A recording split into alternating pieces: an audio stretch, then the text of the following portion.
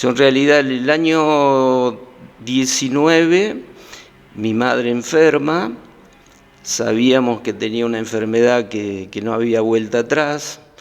Decido contar, porque aparte había otra historia que faltó mi papá en ese año del servicio militar, y ella seguramente la pasó muy mal.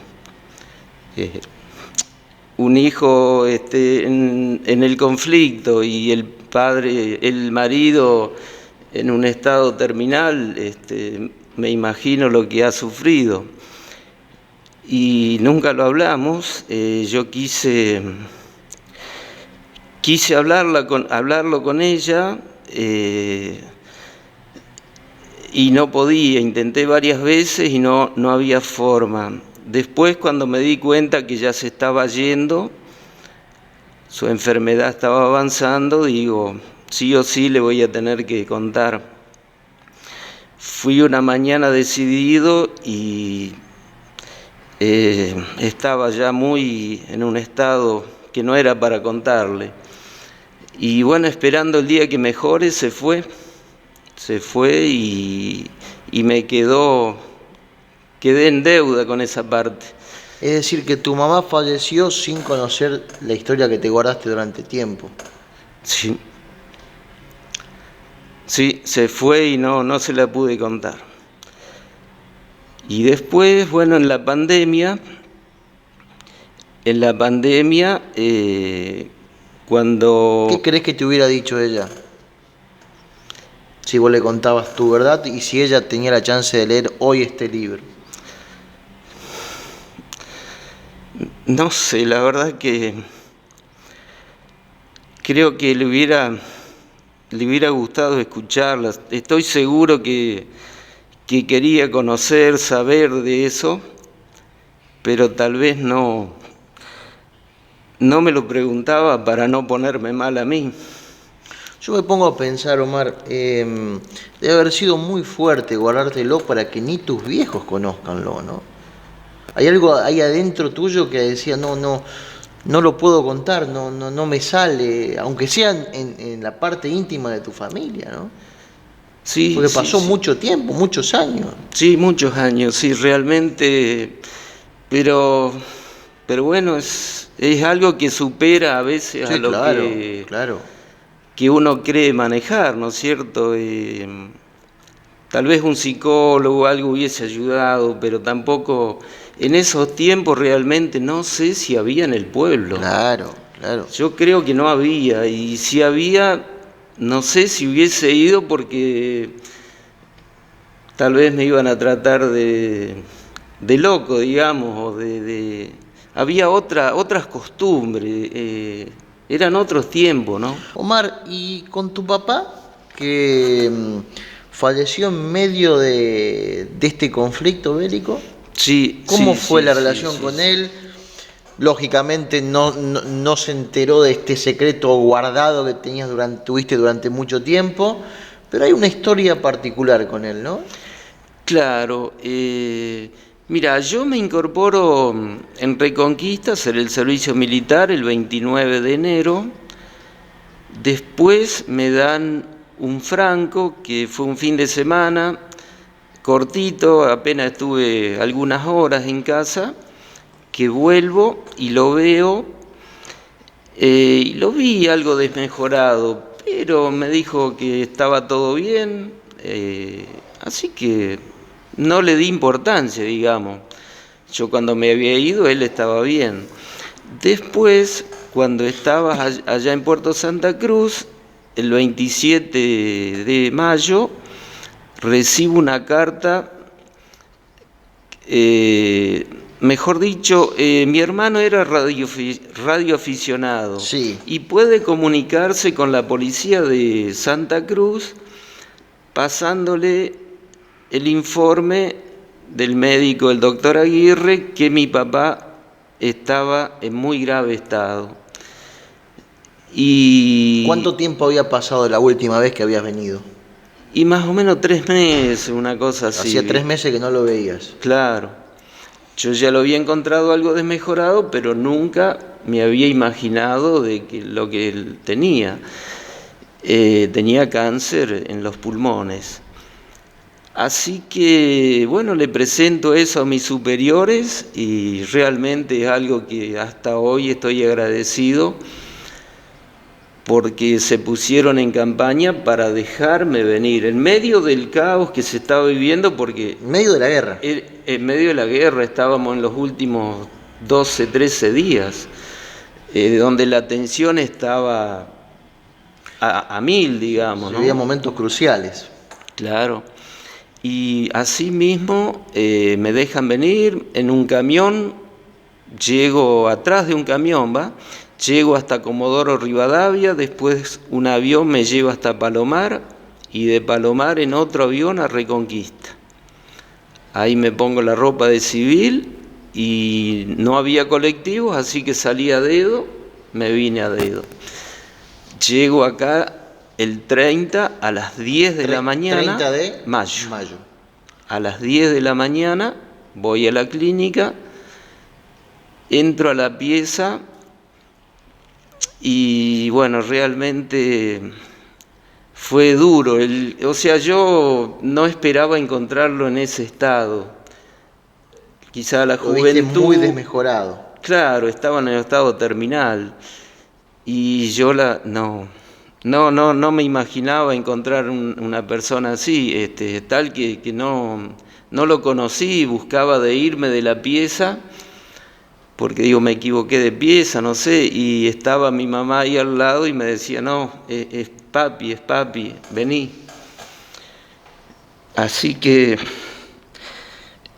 bueno. ¿Tenés esa imagen todavía? Sí, esa imagen, sí.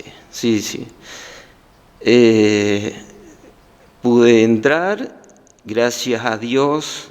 Él estuvo ya por cortarse días atrás y aguantó, así que me conoció, pudimos hablar bien, hasta se lo veía contento. ¿Qué alcanzaste a decirle?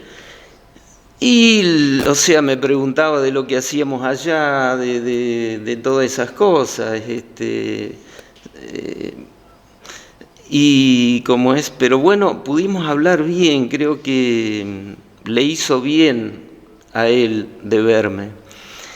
Y a la noche fallece. A las 10 de la noche fallece y bueno, me estaba esperando. Qué despedida, ¿eh? Sí.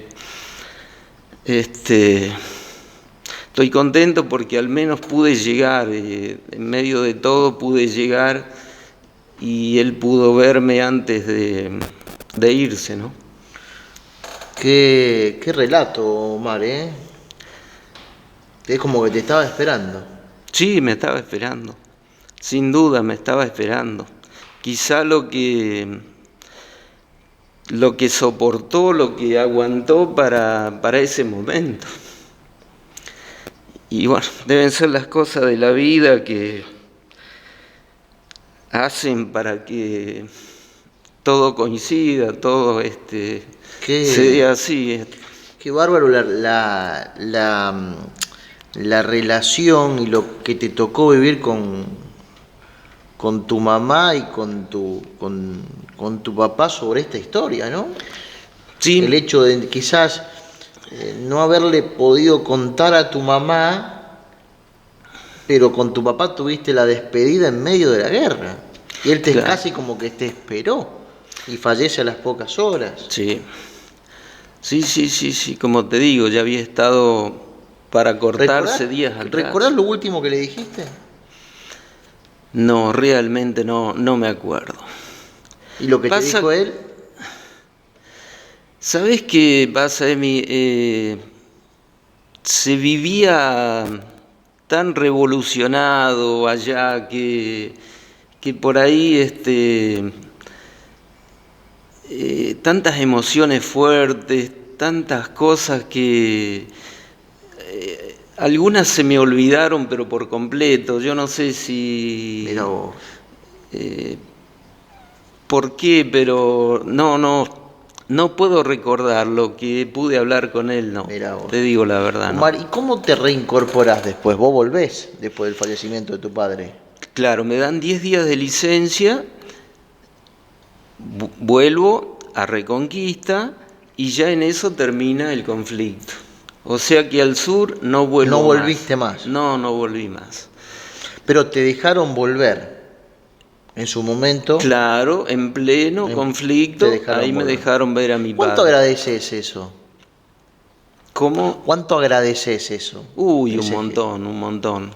Porque Porque era ¿qué historia distinta hubiera sido saber que no te podrías haber despedido de tu padre, ¿no?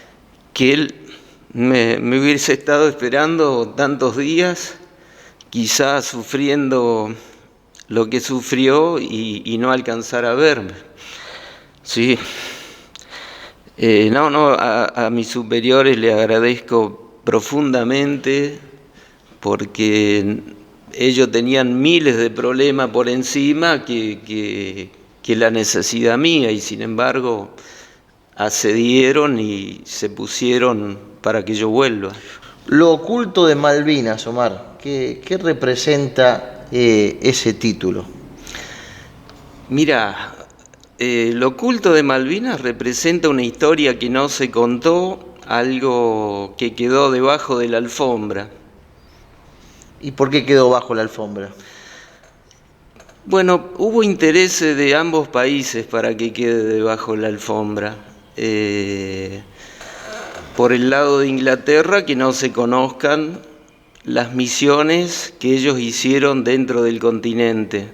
Porque el conflicto estaba determinado, las islas y 200 millas náuticas a la redonda.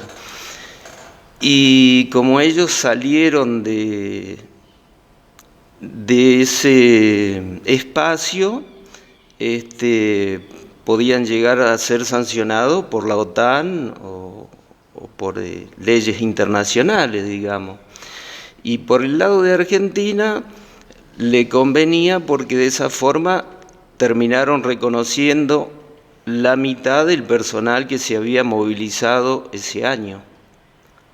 Fueron La mitad. La mitad.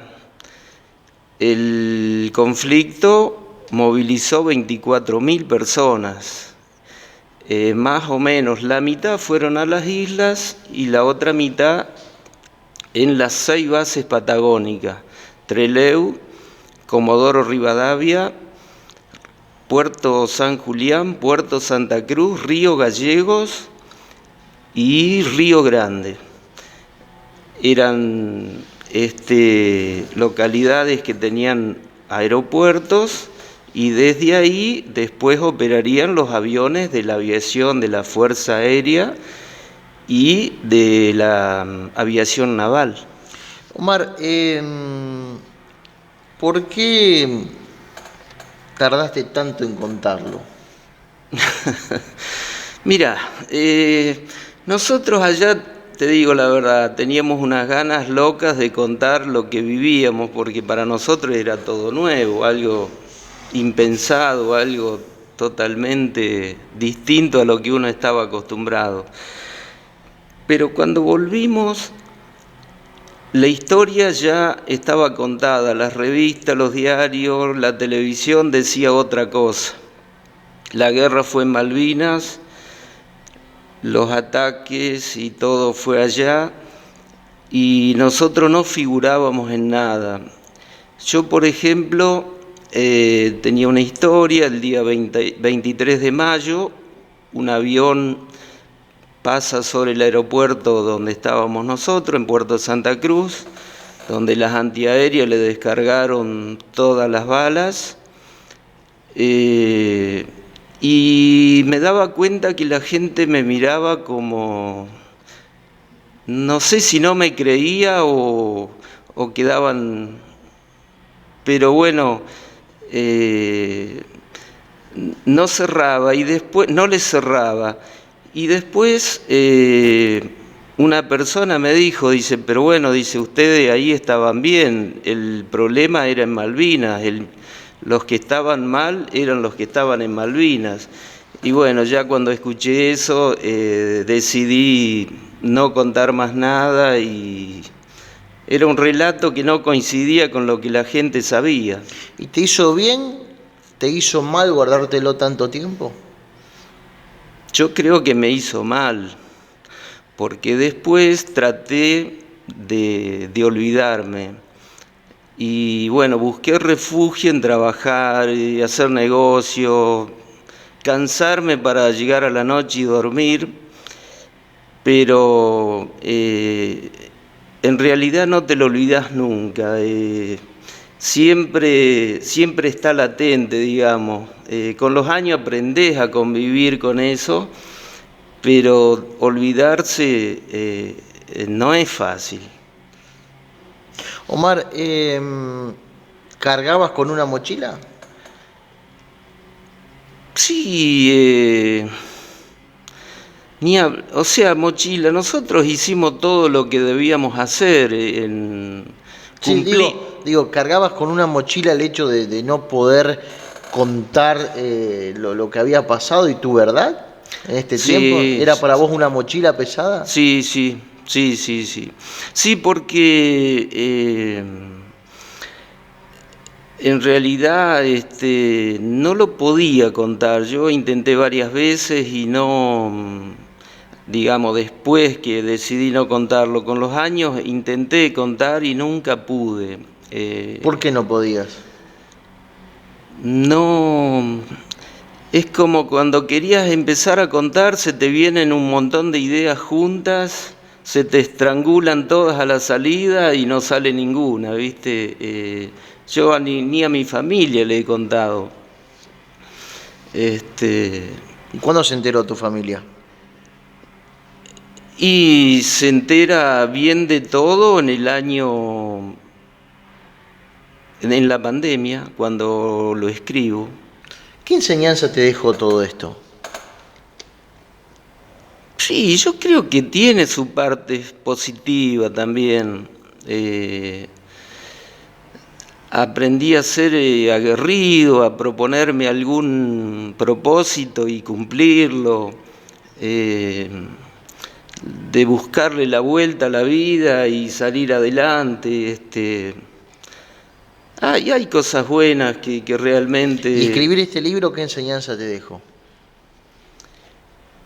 Y la enseñanza me hizo bien escribirlo, porque saqué mucho de lo guardado y como es, me siento más aliviado, me siento una olla a vapor que le abrí ¿Te aflojó? que aflojó, digamos. Sí, sí, realmente estoy sintiendo eso.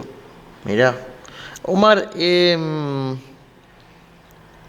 ¿cómo era un día en estado o sintiendo, viviendo una guerra en primera fila? Viendo una guerra ¿cómo era? Claro, mira, ¿Cómo vivías? ¿Qué hacías? ¿A qué te aferrabas? yo por ejemplo tenía un trabajo en el aeropuerto de Puerto Santa Cruz, manejaba un Zampimóvil, un auto elevador, digamos, cargaba los aviones, los camiones, armamento para mandar a las Islas Malvinas, o todo mercadería, lo que se necesitaba, ¿no es cierto? Yo trabajando estaba bien, me sentía con un cierto grado de responsabilidad grande, que siempre pienso que doy gracias a Dios de no haber torcido alguna puerta de algún avión, porque o si hubiese caído alguna bomba y explotaba medio aeropuerto, ¿no es cierto? Por suerte pude lograr la tarea bien y en ese momento estaba bien, pero después yo vivía solo, dormía en un sótano abajo de la torre de vuelo. ¿Cuánto tiempo dormiste en ese sótano? Y más o menos unos 50 días. ahí, bueno, cambiaba, más cuando había alarmas, por ejemplo. En las alarmas se apagan todas las luces, se queda todo oscuro para no delatar la posición al enemigo, digamos. Exactamente. Y yo, por ejemplo, como tenía un trabajo, no tenía armas.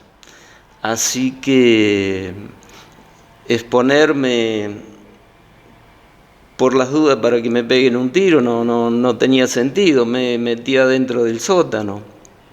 ¿Cómo era ese lugar? Y habrá sido de 1 metro por 2 de largo. Epa.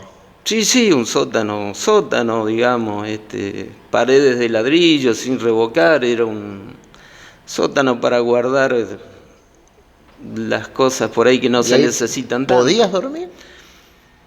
Y sí, ese es el tema. Cuando había alarmas, el miedo, te digo, me traspasaba. Me sentía latir el corazón. Vos sabés que eran momentos que realmente marcó mi vida por 20 años por lo menos. Me dejaron pesadillas que ¿Qué tipo de pesadillas, por ejemplo? despertarme a la noche bañado en sudor y con una necesidad de ir y agarrar una pala y hacer un pozo grande, rellenarlo, hacerle las paredes con hormigón para resistir ataques de bombas. Fuertísimo. Sí, eso lo tuve 20 años. ¿Y cómo lidiabas con eso? Y En cada sueño, en cada pesadilla, ¿cómo lidiabas con eso? ¿Cómo hacías para decir, hoy otra vez pasa esto por mi cabeza?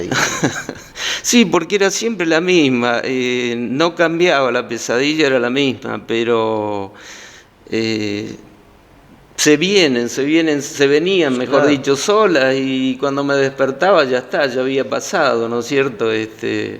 Bueno, otra vez soñé lo mismo, digamos, pero... ¿Y con qué frecuencia lo hacías, soñabas eso? Y yo creo que 2 o 3 veces por semana lo soñaba. ¿Llegabas a soñar 2 o 3 veces por Sí, semana? 2 seguro, sí. Sí. ¿Y después de un día para otro lo dejaste, eso Y desapareció? fue desapareciendo de a poco, ¿no es cierto? Y bueno, con el tiempo lo Ahora, pude superar, digamos. era vivir con la sensación de no tener un mañana. Claro, sí. Sí. ¿Cómo es la historia del calendario y la lapicera? Bueno, es un almanaque que yo tenía en mi bolsillo y cada día que vivía le remarcaba el número porque no sabía si al día siguiente iba a estar vivo, por lo menos eso te digo, ocurrió cuando empezaron los ataques. Al principio fue más tranquilo porque los ingleses se venían, estaban avanzando, pero después que empezaron los ataques y bueno, los muertos, los heridos, te vas llevando y te vas metiendo en la película cada vez más, ¿no? Ahora, qué bárbaro esto de llegar a ese extremo de tachar los días, ¿no? Un día más de vida. Sí, hoy lo veo exagerado, pero Había que vivirlo. Claro, había que vivirlo, sí. Porque era estar continuamente con esa sensación. Sí, realmente, tal vez, qué sé yo, hay que estar ahí en ese lugar para entenderlo, pero no, es fuerte, digamos. Omar, ¿cuál fue el mejor reconocimiento que viviste en San Guillermo paralelamente a esta decisión de guardar tu silencio? Digo, ¿cuál fue el mejor reconocimiento que viviste y que lo sentiste y que te tocó? Mira, fue 15 días atrás. Reciente. Ahora sí. El Instituto Mariano Moreno me invita para dar una charla. Voy, estaban los alumnos de tercer año y bueno, le cuento un poco esta historia. realmente me impresionaron los chicos porque es como que se les despertó un interés importante, me preguntaban, realmente la pasé muy bien y volví muy contento. Y a los pocos días me llaman de vuelta que vaya con toda la familia. Con toda la familia. Sí, y ahí me hicieron un acto prácticamente para mí solo. Realmente, bueno, se cantó el himno, algunas marchas patrias, y después pasaron 2 alumnos de cada año con una carta en la mano dedicada para mí. Realmente escuchar a esos chicos, bueno, la emoción que tenía, las lágrimas se me brotaban de todos lados, ¿no? Y entendí que ese fue el reconocimiento más grande que tuve en todo esto. Quizá el reconocimiento que uno esperaba cuando volvíamos. Lo tuviste más de 40 años después. Sí, 43 años después. 43 sí. años después. Sí. Y te lo regalaron un par de pibes que están conociendo la historia.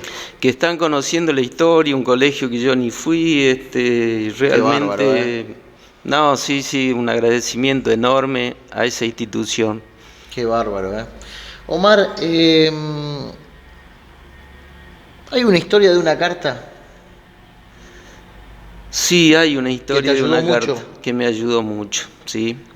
En un momento, las personas, digamos, una forma de ayudar a los soldados o de darle ánimo, escribían cartas y las mandaban. Cartas para un soldado argentino, decía. Al azar. Al azar. Allá la recibía quien la recibía, sin nombre ni nada. Yo recibo una de una niña de 11 años de la localidad de Mendoza. Sí. Y me gustó lo que escribía, qué sé yo, le contesté. A los pocos días ella me contesta, me manda una carta con algunas cositas y entre ellas una estampita de la Virgen Estela Maris. Qué bárbaro.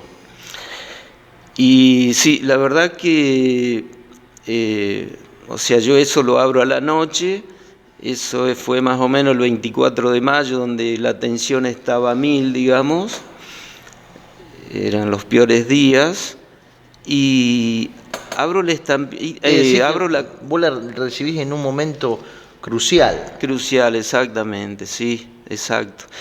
Abro la carta, veo la estampita y cuando leo atrás lo que decía la estampita, sentí una paz, ¿Qué decía? Es largo el escrito, sí, pero lo que decía era lo que necesitaba escuchar. Me dio una paz, una tranquilidad, no sé, pero bueno, decidí, digo, esta estampita va a viajar conmigo, mientras yo vivo la voy a tener encima. Y realmente así fue.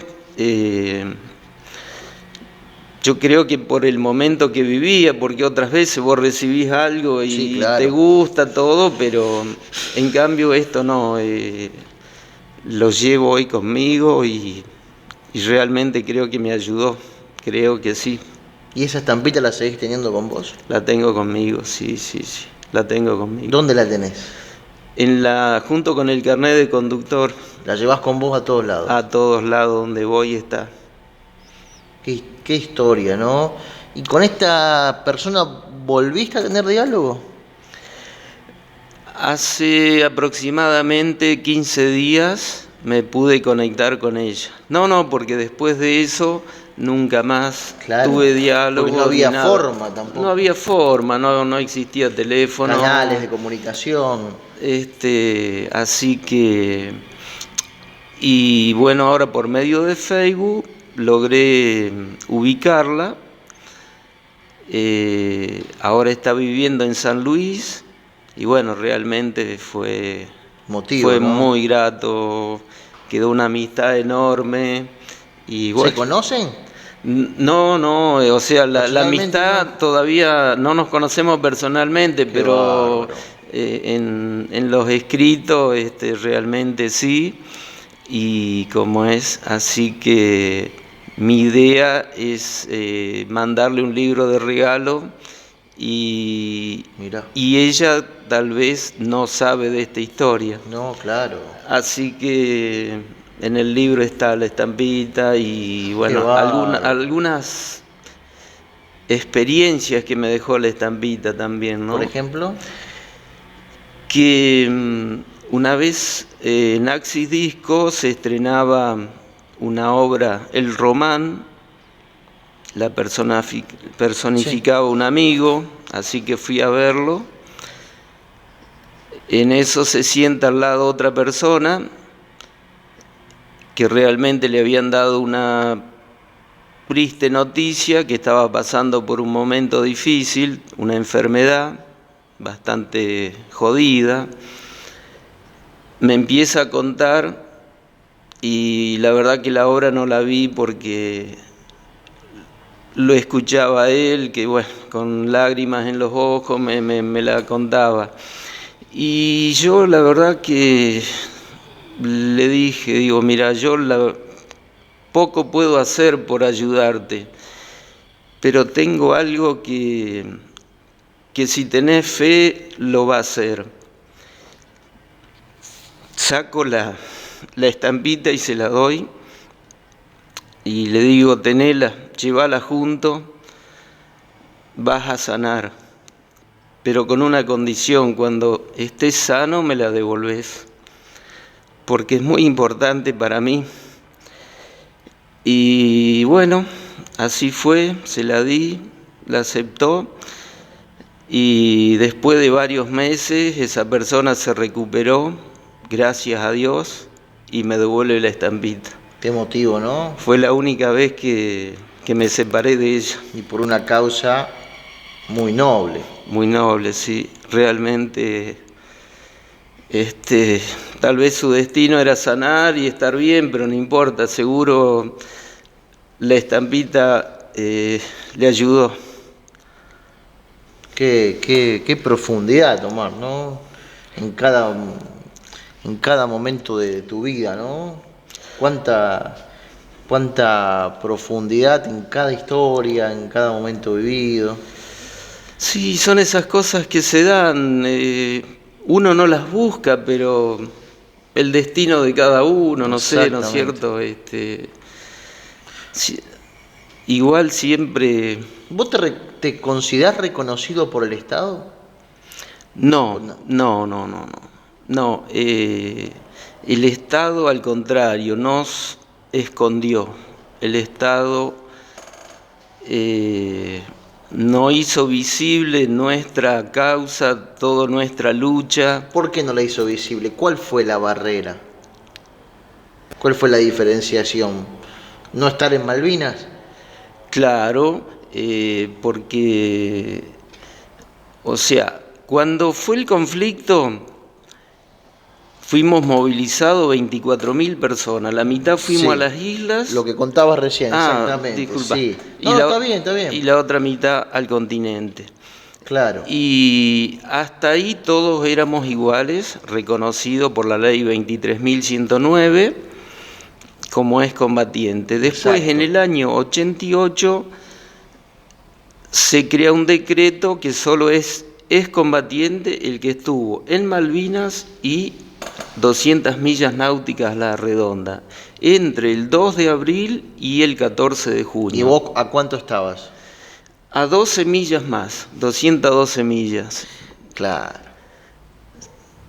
Es que no es eso No, nomás tal cual. digamos, el dolor nuestro. Absurdo era eso. Es absurdo, pero aparte es porque lo que hicieron las 6 bases en el continente fue lo que le ocasionó el mayor desastre a los ingleses. Claro. Los ingleses mismos lo cuentan.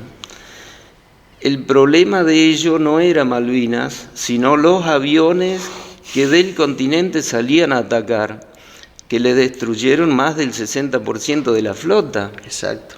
Y en cada barco hay medicamento, hay comida, hay armamento, hay gente, entonces, y otra, bueno, también cada vez que en Malvinas estaban siendo fuertemente atacados por los ingleses, salían los aviones a apoyar y a evitar ese ataque. Te digo más, el 1 de mayo, que es cuando los ingleses hacen el primer ataque, que fue en Puerto Argentino, ese día, a la mañana temprano, bombardean toda la pista, el aeropuerto de Puerto Argentino, la única pista de aviones que existía en Malvinas. Lo primero que hicieron los ingleses es tratarla de destruir. Sí. Y bueno, destruyeron pistas, algunos aviones que había ahí. Y claro, atacaron, bombardeando la pista con aviones, con barcos a distancia. Tenían barcos que podían disparar cañones hasta 20 kilómetros. Vos no lo veías al barco, sí, pero él te estaba tirando. Claro. Aviones y helicópteros. Podría haber sido una masacre y terminar la guerra esa mañana. Exacto. Salieron 68 vuelos del continente para apoyar esa embestida. Si no hubiesen estado los aviones, la guerra hubiera sido totalmente distinta. Omar, vamos a suponer que yo me levanto de aquí y ponemos a tu mamá de aquel lado y tu papá de este lado. Y los dejamos solos. ¿Qué te gustaría decirles? ¿Qué es lo primero que le dirías a tu mamá? ¿Y qué le dirías a tu papá? Con este libro en la mano, si yo te doy este libro. ¿Qué le podría decir? Y gracias por tanto, gracias por haberme dado la vida, la enseñanza, que me marcaron el camino, que todo lo que soportaron ellos mientras yo estaba allá, porque hoy que soy más grande pienso que tal vez nosotros allá la pasamos mal, pero ellos acá quizás hayan estado peor, No sé, pero no debe ser fácil para un padre tener los hijos lejos, fuera y no saber cómo están, ¿no? ¿A quién le querés agradecer este libro? Mi señora, porque de una forma u otra me hizo el aguante, tuvo la paciencia, tuvo de estar al lado mío todos estos años. A mis hijas, porque bueno, son compinches, me facilitaron mucho, porque bueno, yo solo escribo en un papel, con un lápiz, un papel, ellas me lo editaron, me agregaron las fotos y todo eso, porque me escuchan también. Después que yo le empecé a contar, se interiorizaron y también es como que quieren escuchar, quieren saber. Entonces, y a mis nietos, que son los que por ahí me dan la fuerza y me dieron un poco el sentido de escribir esto, ¿no? Mirá. Los nietos, un poco mis hermanos, digamos, que estuvimos en la misma y no están reconocidos y hoy no le están pasando bien, que hay varios. Gente que estuvo con vos en ese momento. Claro. Por ejemplo, yo volví de allá, tenía una familia que me contenga, tenía un trabajo, donde trabajar, digamos, en algo propio. Pero vos te imaginás una persona que viene de algo así, no está bien de la cabeza, no está. Y por ahí no podés formar una familia, menos podés mantener un trabajo estable, algo que tengas una obra social, lo que están... Durísimo. Y claro, están tirados, hay muchos no, están re bien, pero hay personas que quedaron marginados totalmente. Y bueno, yo sé que si el Estado pudiese darles una mano, creo que sería bueno. ¿Cómo definirías en una palabra esto tan valioso?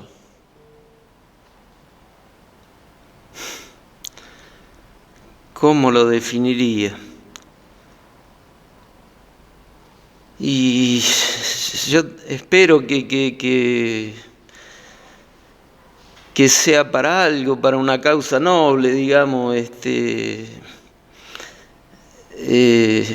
No sé qué repercusión va a tener, si alguien lo va a leer, si a alguien le va a interesar. La verdad que lo escribí sin pensar, pero lo que yo espero de que para algo sirva, ¿no?